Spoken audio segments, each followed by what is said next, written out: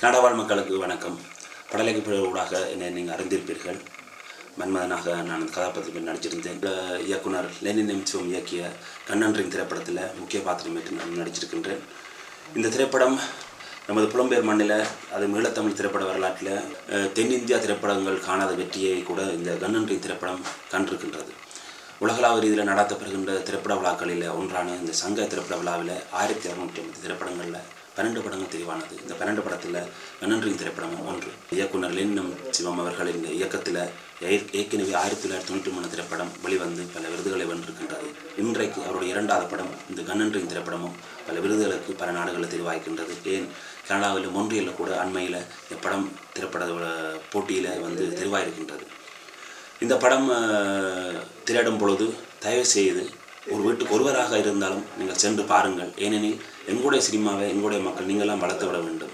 நாங்கள் பிறநாட்டு மொழியில் வருகின்ற படங்களை நாங்கள் எத்தனை நாளைக்கு தான் பார்த்து கொண்டிருக்க போகிறோம் என்று சொல்லி ஒரு கேள்வி இருக்கின்றது.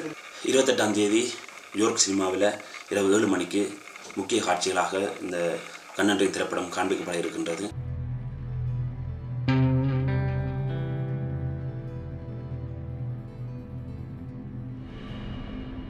அப்படி என்ன நடக்குது? இரவில் வேறு கேம்ப்லேருந்து படியலை கொண்டு வந்து அடித்து கொள்ளுறீங்க.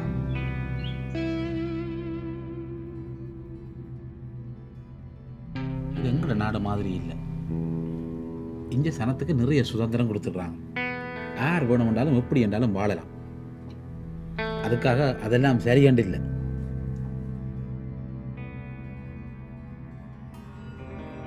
I thought I was a passionate detective.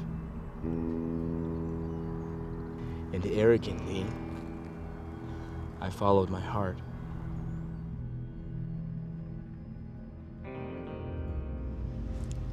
அன்றைக்கு உண்மையாகவே ஏர்போர்ட்டுக்கு வந்திருப்பாரா?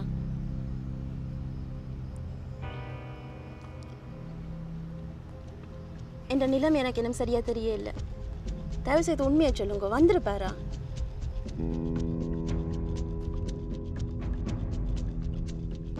மரத்துல தூங்கி செத்துருக்கிறான். எந்த பிள்ளைக்கு என்ன நடந்தோன்னு தெரியணும். ஏனப்பா அப்படி பிடிவாதம் பிடிக்கிறேன்? எனக்கு தெரியணும். ஒரு தரக்குமே தெரியாது. இந்த மனுஷன் என்னை விட்டுட்டு வரத்துன்னு ஓடிட்டான். என்னால் ஒன்றுமே செய்யலாம் போச்சு. எப்போ கேம்பை விட்டு வழியில் வந்தேனோ பெருந்து பிடித்தான்.